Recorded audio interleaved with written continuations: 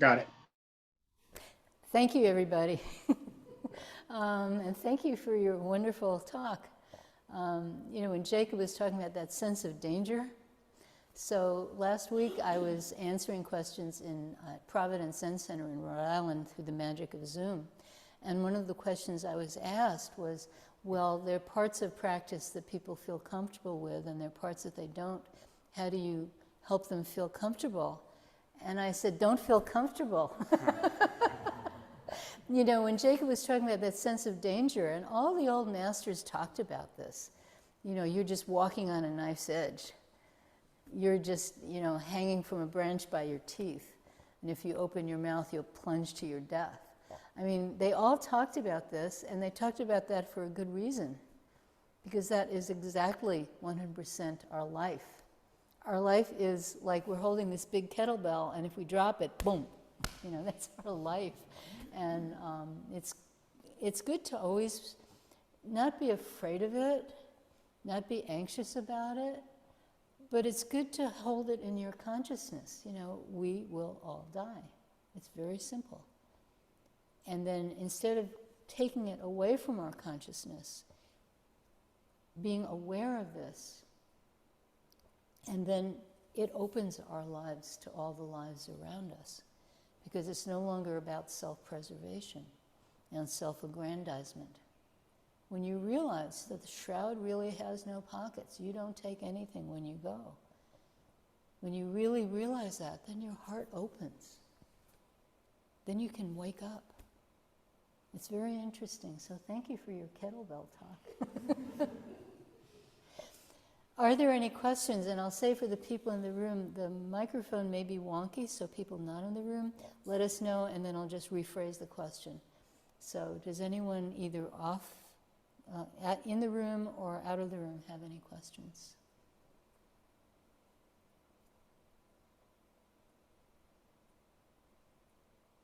I have a question. Good, thank you. Okay, so Jacob mentioned that Zen practice gives you confidence, and I would agree with that. Mm-hmm. Although, so it's a yes, but yes, but can you not have too much confidence, or is there such a thing as not having? There's no way you can have too much confidence. It just seems sometimes I think I'm too confident, but I don't know. So that confidence, what is that confidence about? If your confidence is, I am wonderful, I am so wonderful, that's no good confidence. That's false confidence. But if your confidence is 100%, whatever you do 100%, without checking, without judging, without making it part of your story, that's correct confidence.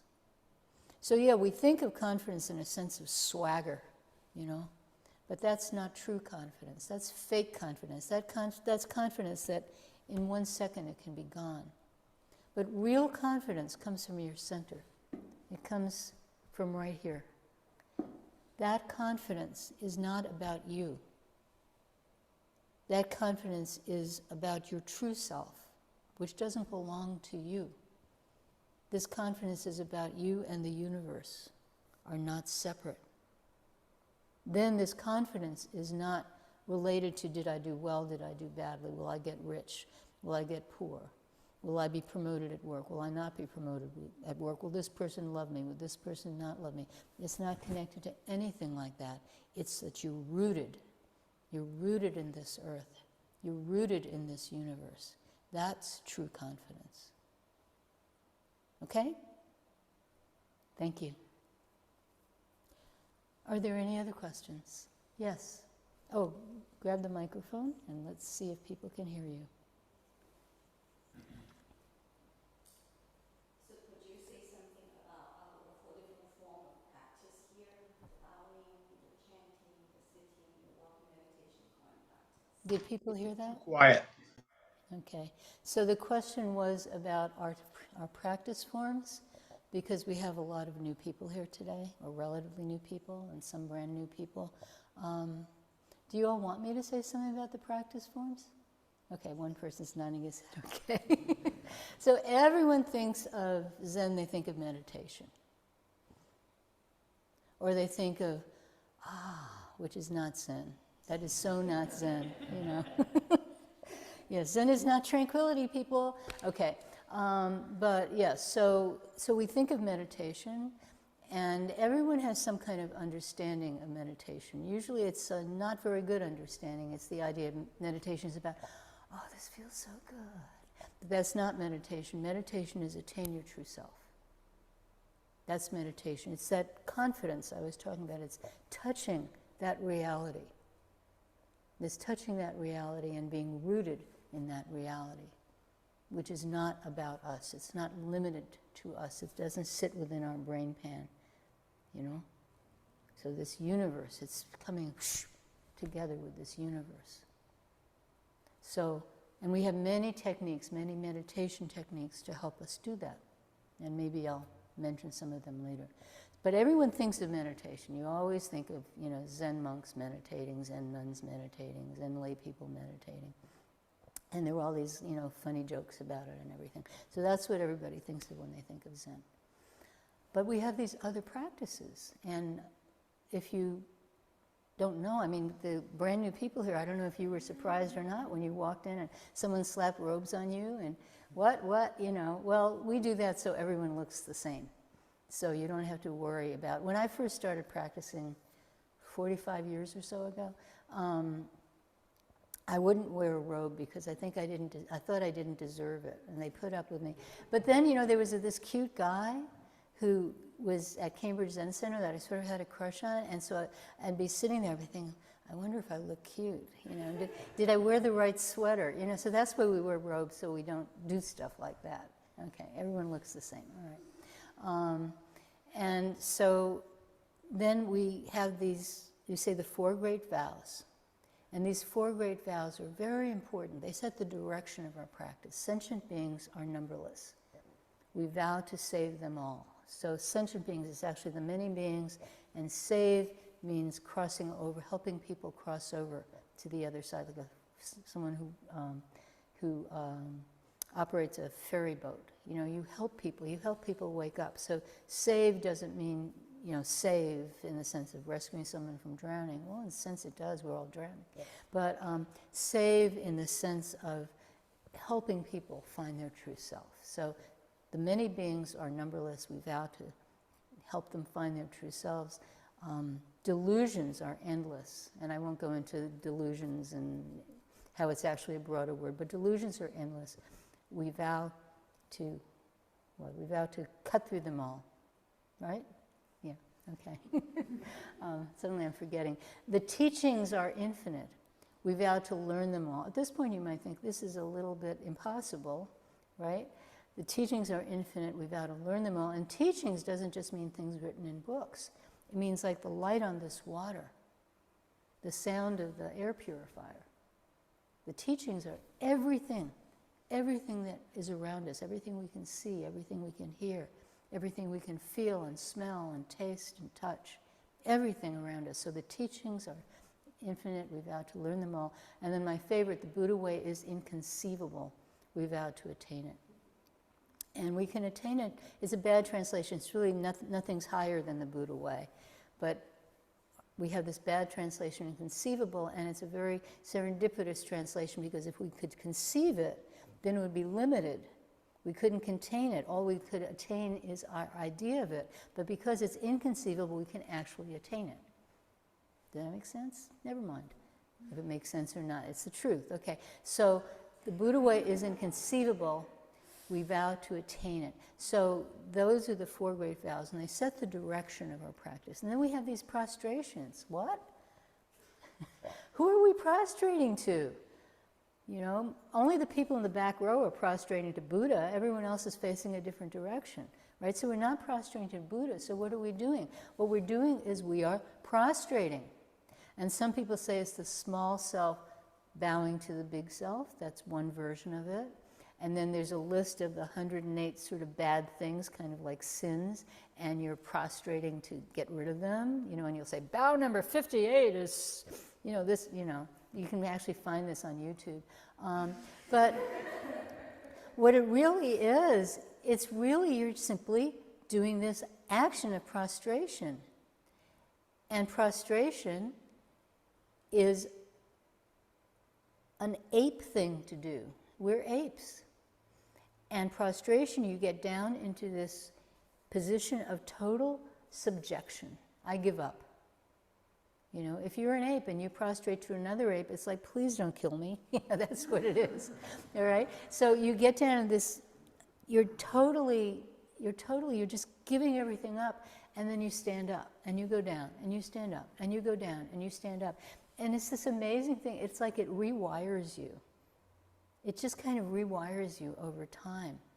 It's kind of remarkable. When my son was a toddler, my only practice at home was prostrations, because if I sat, he saw a lap, But if I was prostrating, I was busy, so he wouldn't bother me. So I did, 108 prostrations every morning, which we do here Tuesday, Thursday, Saturday morning. You're welcome to come. And so you do these prostrations, and it's this amazing practice. If you live in Korea, and you go, Koreans are very big on prostrations, the Tibetans are too. Chinese, some of them, and Japanese, not so much. But if you live in Korea and you go to a Zen teacher or a high-class Zen monk or nun, and you say, my life is falling apart, I lost my job, my spouse left me, my kid's in jail, what should I do? They say, 500 prostrations a day. 1,000 prostrations a day. And what that's about is you do something like that. And there are people here who do hundreds of prostrations a day. My knees won't let me, but there are people here who do that. And if you do that, it's like, when Jacob talked about, your center, you get this really strong, well, he didn't use those words, but you get this really strong center. This happens. You get this sort of really strong center, so you get knocked down, you come up again. Get knocked down, you come up again. And at the same time, your heart opens. It's really magic. So that's prostrations. And then we have this chanting. What's this chanting? All these chants. And most of them are in Sino-Korean, and we happen to have a word-for-word translation called an interlinear translation. But not everybody does that, And so we have these chants. And what do they mean, and what is this about, and homage to the three jewels, and Buddha, Dharma, Sangha, what are they? And then we have this mantra at the end, this long mantra that's not translated because it's a mantra, it can't be translated, although online you can find supposed translations of it. So what's that about? So chanting is about listening. So chanting is about listening. Especially when we're together, it's about listening. It's very interesting, when we were on Zoom, completely on Zoom, and then in chanting you only heard one voice because of the time lag. Only one person could be unmuted, so the person leading chants would be one voice. And it would be very easy if you're not paying attention, to drown that person out with your own voice, and then suddenly you realize that you're in different keys or different rhythms. And the necessity of listening became really clear, And, my husband and I, we practice together when we practice at home, and, on Zoom with everybody. Otherwise, we practice separately. But anyway, on Zoom, we would sit next to each other, and one of us would poke the other one like, hey, wait a minute, we've lost it. Gotta listen. So chanting is listening, even when you're doing solo chanting, which when I sit solo retreats, I do much more chanting than we do here, and even then it's a kind of listening. You're not just belting it out, you're listening, you're paying attention. And the other thing about chanting is that, and a little bit also about bowing, is you realize when your mind wanders. When your mind wanders when you're chanting, it's really obvious you're going to make a mistake. Where was I? What verse is this? And so you have to really pay attention. It gives you like instant feedback. And we suggest that people count, when you're doing 108 prostrations, even though the person will announce last bow if we're doing it together, we still recommend that people count. And it's very interesting when you notice, was that 4950 or 5960? What, what is it? And it's very interesting. So we get feedback from these. When you're sitting there, you're just sitting, wonderful. I'm so awake. I am so enlightened. Anuttara Samyak Sambodhi. Which means complete perfect enlightenment. But when you're chanting or you're doing prostrations, you very quickly realize that you are not in Anuttara Samyak Sambodhi at all, So you get this feedback. And then another practice that Ting didn't mention was about kong-ans practice. Japanese call it kong-ans, and that's what most people in this country are familiar with. And kong-ans practice is a separate kind of practice, and that's you have these private interviews with the teachers, and we ask you these questions, like, does a dog have Buddha nature? And you try to answer them, and most of the time we say, no, that's not correct.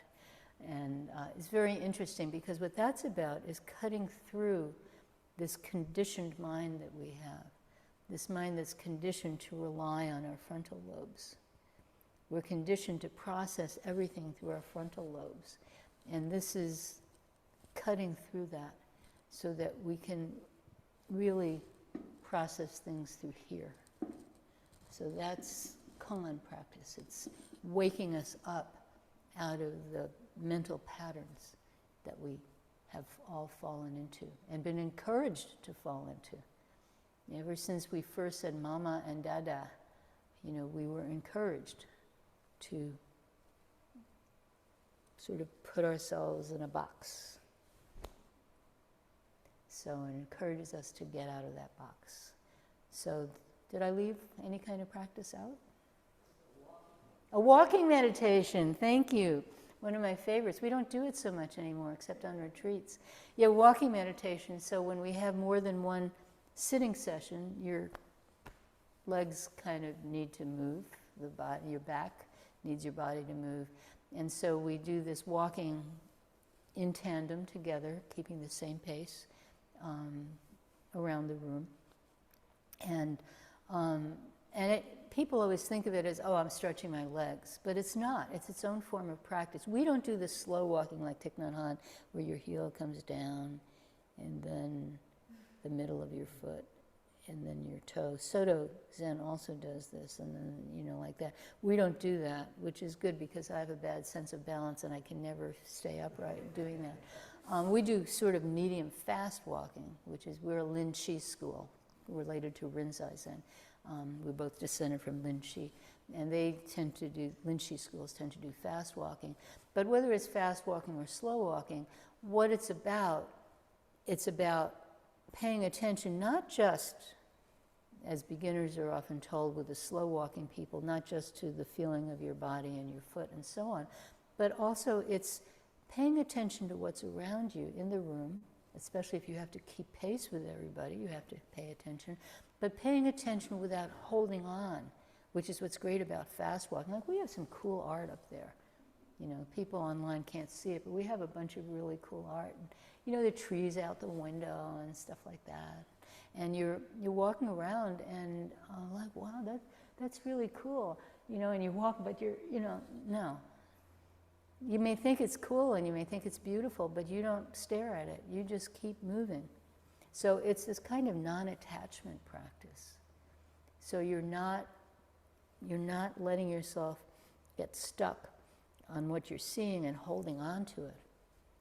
You're just letting it go by, whatever it is. Whether you like it or whether you don't like it, doesn't matter. Excuse me. You're just letting it go by.